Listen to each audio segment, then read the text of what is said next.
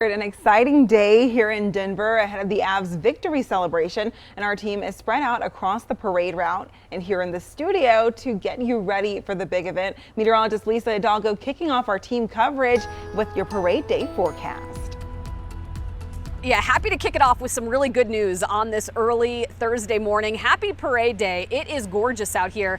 It's a little humid though by Denver terms. We saw some rain overnight, ground's a little wet, grass is probably a little damp as well, but it's not stopping the fans. We have at least, well, a few dozen out here already lined up against the barriers there. Front row seats on what's going to be a nice morning. Take a look. I want to show you the view from above us right now here at Civic Center Park. We're looking at temperatures that are extremely mild, upper 60s to low 70s right now. We're going to be under a partly sunny sky, and take a look at the warm up. If you are heading out here, t-shirt and shorts weather this morning, low 70s at about 8 o'clock. We're going to be in the upper 70s by about 10 and then climbing into the low 80s by noon. There will be a chance of storms today. In fact, a better chance compared to what we saw yesterday. Those storms, though, it looks like will hold off until after the rally.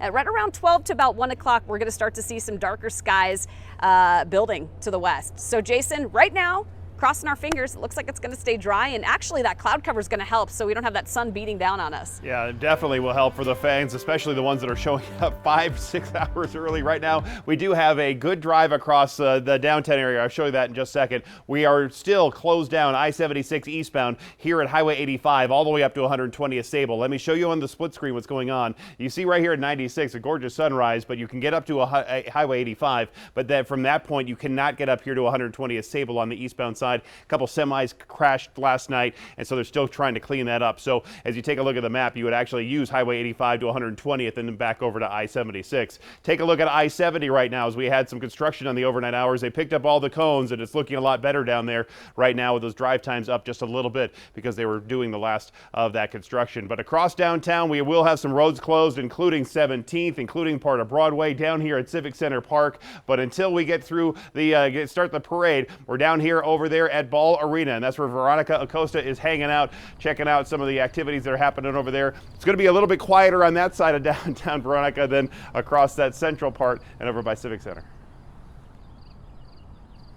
We have a little bit less action here right outside of Ball Arena than what Lisa had over with those nearly 24 fans there. You can see the barricades though behind me, and this is an important spot. This is because this is where all of those folks who are going to be a part of the parade, those fire trucks, and of course some of those players, they're going to be congregating here before they head to the parade route start. So take a look at this. This is that actual route that we're talking about. It's going to kick off over at Union Station and then make its way to where Lisa is this morning over at Civic Center Park. And we're talking about a huge celebration here, just like the one that we had back in 2001. That was when the Avs beat the Devils in the Stanley Cup final there, and people celebrated all across that parade route then. We expect the same thing today. Now this area, again, Chopper's Circle, that's where everything is going to kind of congregate and kick off from here. If you're one of the many people that are planning to come down to watch the parade maybe in a few hours or so, here's what you need to know and really what you shouldn't be bringing, because that is a big concern this morning. Officials asking you to keep those chairs, blankets, umbrellas at home, drones, alcohol, marijuana, those are also a big no today. And then air horns and weapons, those are also being asked to stay home. So just a few hours until that parade kicks off. And of course, we're gonna hold on tight here and wait to see some of those fire trucks and some of those people who are going to be a part of the parade start. We'll give you a look at that whenever they get here. We're in Denver this morning. I'm Veronica Acosta, Denver 7. Veronica, thank you. Here are a few safety reminders for the parade. Denver's Office of Emergency Management asks that fans keep their distance from floats and not run alongside them. Parents should also write their names, addresses, and phone numbers on a piece of paper and place it in their child's shoe in case you get separated. Carry an emergency health card with your information as well. The American Red Cross will also be at the parade providing water and first aid assistance. The parade will end at Civic Center Park. Denver 7's Colette Bordelon is there, and fans are already gathering to see the team.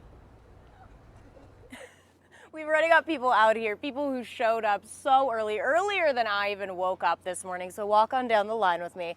These super fans out here making sure they have a great spot for the rally, which starts here at Civic Center around 9. It could run into 1. All those are hard-ish times today. This is Daniel. Daniel drove up from Colorado Springs. Yes, I did. What time did you leave? We left at about 11:30. 11:30, leaving from Colorado Springs. Where'd you sleep? We actually were in a parking garage, and we decided to drive over at about like 3 in the morning. So why was this worth it for you? I've watched the Avs my whole life, and I've always loved them, so this is awesome to see. Where were you on Sunday night? I was in my basement with these guys. They were going crazy. It was awesome. Yeah, he drove up with his 2 friends right here that you can see with them. You guys have a great spot. You definitely locked it down. Yeah. Well done. Well done. Thank So then if you come on down, we actually got more fans. This is Gary. Gary's here with his 2 nephews. You guys got out here at what, like, I think it was like 4:30 I saw you We were guys? here pretty early. How early did you wake up? We got up at 3:30. Waking up at 3:30, I mean, that's basically when I wake up. You guys are crazy. Oh yeah. Gotta be to support the Avs. And so you said you were watching almost every game with your nephews. Oh, yeah. What does it mean to be out here today with them and celebrate in this moment? Oh, it's good. It's gonna be fun. It's a great experience. I know they're gonna remember it for the rest of their lives. So I mean, we just gotta do it. This is the first Stanley Cup they've seen won. Where were you in 2001? I was sitting in the living room with my brother and my mom. Did you get to come up for the championship parade that year? No, I did not. No? So this will be your first time seeing this. ma'am. So it's even more exciting than to be out here today and celebrating with all of these people. We've even got more fans rolling in as I look behind us right now. Busy day. In your own mind, why are the Avs such a special team? What makes them different? They just believe in each other. They want to win. They've been through it all. They started at the bottom 2016, worst team in the league, and look at them now. You know. Look at them now. You were saying you think this is just the start. Oh yeah, it's just the start. It's gonna be the legacy. That's what We got we're many all more hoping years for. to come. Yeah, I'm hoping for many more of these yeah. these fun parades that we've got out here. Thank you guys for stopping with us for a second. So as more fans start to come in, we've actually got like a couple more that just showed up as I was doing that. We're going to be out here, though, all morning. We have all of your parade and rally coverage here on Denver 7, so stay with us. Live in Denver, Club Bordelon, Denver 7. And if any one of those people's bosses are watching, just kind of look away for the rest of the day. The Avs victory tour made a stop at Coors Field last night. You can see the team there hoisting the cup while the Rockies took on the Dodgers. Captain Gabe Landeskog threw out that first pitch kind of right down the middle-ish. Well, one of the cool things for many fans today is going to be seeing the Stanley Cup in person. It will be on a fire truck during the parade, then up on that big stage.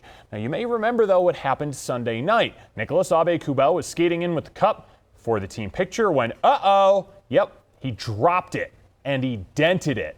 I asked the keeper of the cup, Phil Pritchard, about that dent. He stopped, and whether he caught an edge on the blade. And for those of us that have all skated, if you catch an edge, you know what happens. And everybody saw it on TV.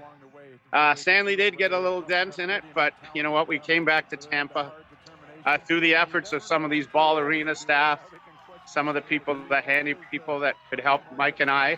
We managed to fix it. Looks great. So no more dent. That's great. The dent is gone. But then I had to ask another question that all my coworkers have been asking for the last few days, especially since the cup gets passed around so much. How often is the Stanley Cup cleaned? Well, you're asking the right guy here because we do it after every event, actually. And I mean, as you saw it on the ice on Sunday night in Tampa, it was gleaming. I mean, it's pure silver. It looks great. We like to keep it that way for every event. See, there you have it. It gets cleaned after every event. And yes, I would still drink out of it.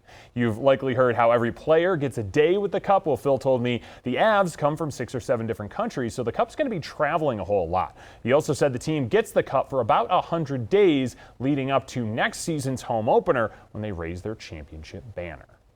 And we actually know the order of who is going to get the cup. The top 5, Captain Gabe Landeskog, followed by Eric Johnson, Andrew Cogliano, Nate McKinnon, and Jack Johnson.